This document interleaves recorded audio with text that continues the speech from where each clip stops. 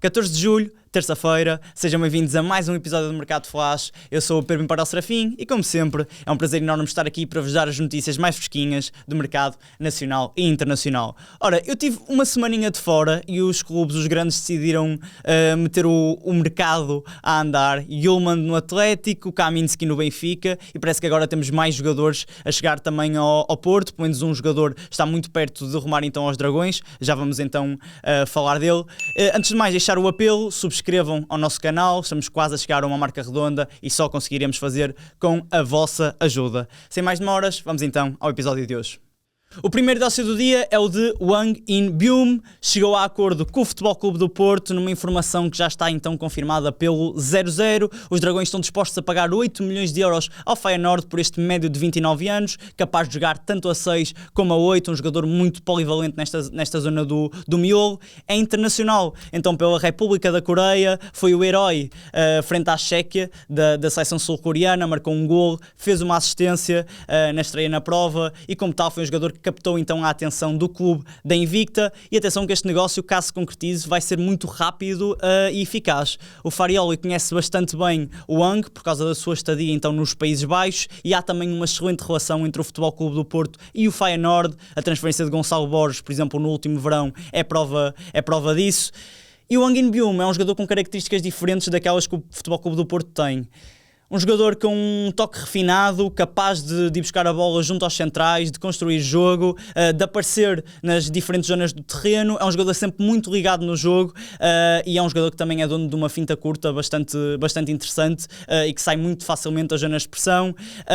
Na temporada passada foi a opção recorrente, apesar de não ter tido o protagonismo que já tinha tido em épocas anteriores. Somou 24 jogos, marcou um golo, fez 4 assistências e chega para ser uma mais-valia no imediato. Passamos então para o Benfica, porque António Silva está perto então de reforçar o Bournemouth, que está muito interessado na contratação deste internacional português.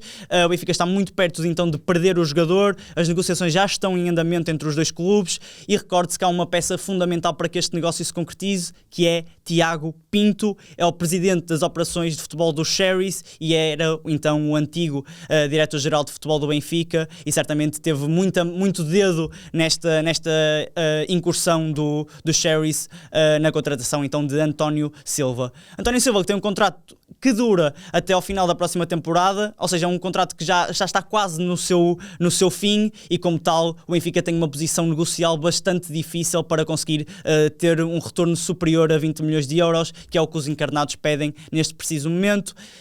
Os Cherries estão dispostos a chegar a esse valor e o Benfica vai ter então que renovar a zona central do terreno. Já foi buscar Clément Lenglet e Gabriel Índio. Já saiu o Nico Otamendi e agora vai sair António Silva. E será expectável que se calhar mais um jogador entre. Ibrahim Abá tem sido um dos jogadores que se tem falado como estando na lista de opções dos encarnados. Veremos se, caso o António Silva sair, se será Ibrahim Abá o escolhido para ocupar então essa função. Falando ainda de Benfica e de outra saída, João Veloso, esta é oficial. O Benfica empresta então um menino do Seixal ao Moreirense até ao final da próxima temporada. É um médio de 21 anos que não contava para o leque de opções de Marco Silva. Fez 6 jogos pela equipa principal no seu todo, poucos minutos pouco expressivos e foi uma temporada bastante difícil para João Veloso, ele que teve uma lesão no ombro direito e ficou afastado durante 5 meses dos relevados, fez apenas 11 jogos na equipa B dos encarnados e como tal não tinha espaço para subir então à equipa principal, de jogar com mais regularidade e esta cedência então para a equipa de Moreira de Cónegos pode ser bastante positiva para João Veloso, que procura então minutos mais significativos, procura acelerar a evolução para futuramente, eventualmente, ser uma opção mais recorrente então nas águias. Sebastián Osório é o novo reforço então do Sporting. O Sporting contrata então esta joia colombiana ao Universidad César Vallejo da segunda Liga do Peru. Os Leões desembolsam 750 mil euros, mas o emblema peruano mantém 20% então dos direitos económicos deste jovem jogador. A Universidade pode garantir 2,5 milhões de euros ainda, caso o jogador cumpra então certos objetivos. Osório já passou nos exames médicos e vai assinar até junho de 2029. Estamos a falar de um médio ofensivo de 18 anos que também pode jogar na linha e é certamente uma aposta para o futuro. Contratação então a pensar no futuro. Ele deverá integrar os sub-23 numa fase inicial que está a comando então de Leandro Grimi e o Sporting tem feito muito estas contratações nos últimos anos, uma estratégia muito bem delineada, contratar jovens talentos escondidos no estrangeiro e potenciá-los para ter rendimento desportivo e financeiro num futuro próximo. Vamos ver Sebastião Osório se conseguirá firmar na equipa principal dos Leões. Momo Damar, o Braga está muito interessado então em garantir este médio do Hoffenheim, segundo o Florian Plettenberg, um jornalista muito bem conceituado então neste mercado germânico.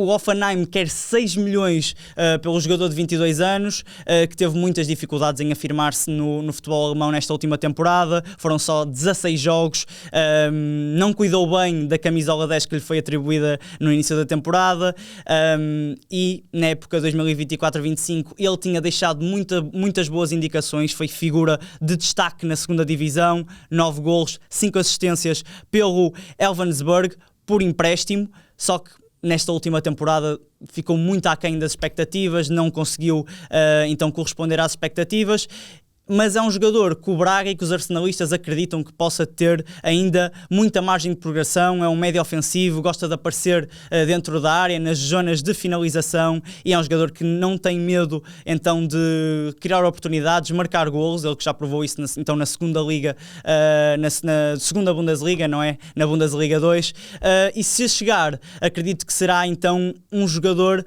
para fazer uma função bastante similar à que Rodrigo Salazar faria, quem sabe jogar um pouco mais na linha para aparecer solto em zonas mais centrais. Veremos se é esta a ideia que Carlos Vicens quer implementar, mas os arsenalistas não correm sozinhos neste negócio. O Wolfsburgo também está muito interessado no jovem atleta. Vamos ver então se o emblema da pedreira vai conseguir então garantir este jogador alemão.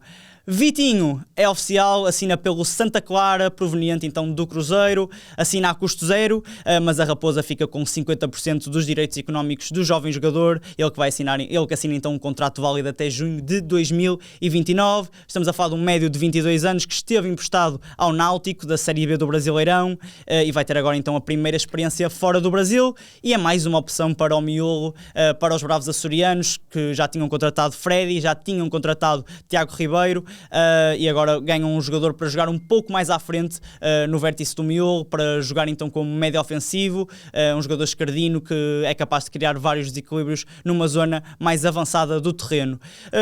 Santa Clara que não tem tido um mercado fácil, não é? Saíram Serginho e Gustavo Klinsmann, que era um jogador muito, muito importantes na estratégia dos bravos açorianos para o meio campo, mas agora o Santa Clara procura reforçar-se e mudar então o paradigma do clube para tentar, quem sabe, chegar às competições europeias. Abrimos esta janela do futebol internacional com Andrei Santos, é oficial, troca então o Chelsea pelo Manchester United, assina então um contrato válido por 5 temporadas até 2031. Os Red Devils desembolsaram 56 milhões de euros então por este jogador e atenção que Andrei Santos já tinha tido uma estadia muito, muito interessante ao serviço do Strasburgo e agora nesta última temporada teve mesmo uma época de afirmação, 43 aparições, 3 golos, 4 assistências e a meu ver foi a cola, foi o elemento de ligação no meio campo do Chelsea. É um jogador que tem bom desarme, boa capacidade de pressionar nas zonas altas e atenção, é um jogador muito, muito regular no que diz respeito ao passe e a meu ver vai ser uma muito boa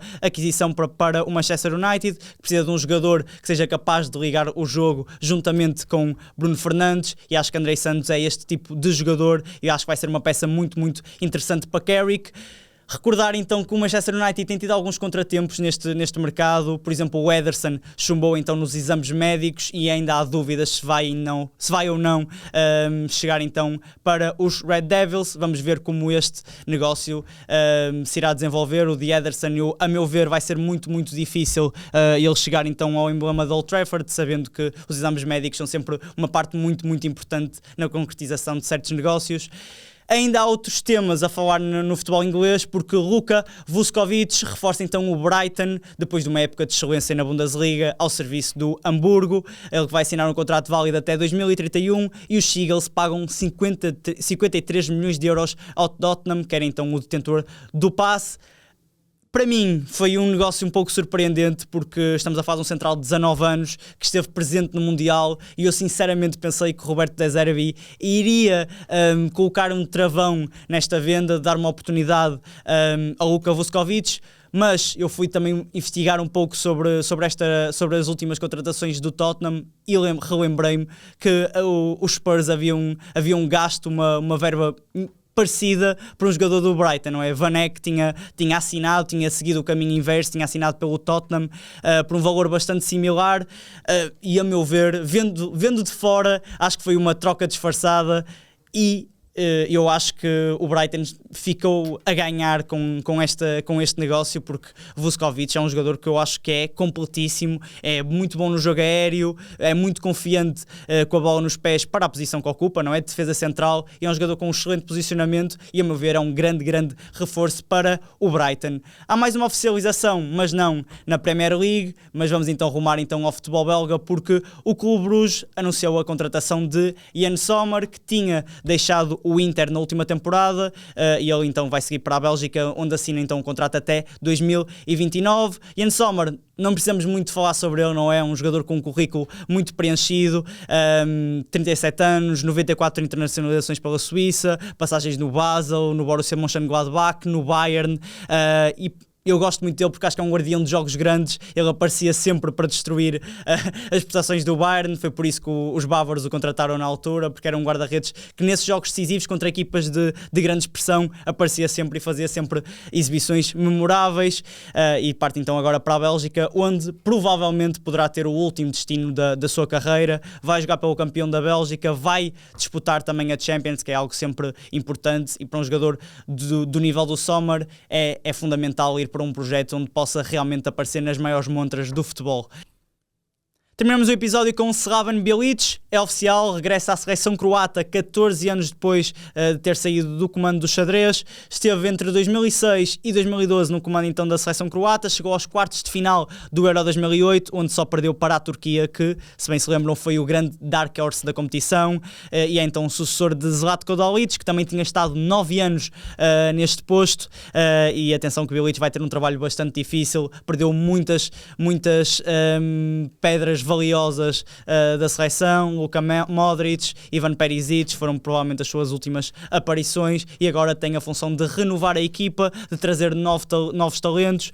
Falamos há bocado, por exemplo, de Vuskovic, que era um jogador que vai ter mais oportunidades agora na seleção com a chegada de Bilic, e vamos ver como é que ele vai conseguir fazer para transformar a seleção croata numa grande seleção como já foi nos últimos tempos. Chegamos então ao fim de mais um episódio. Obrigado por estarem aqui connosco. Não se esqueçam de ativar as notificações para não perderem o conteúdo que vamos lançando regularmente. E não se esqueçam, fiquem connosco, fiquem com o 00.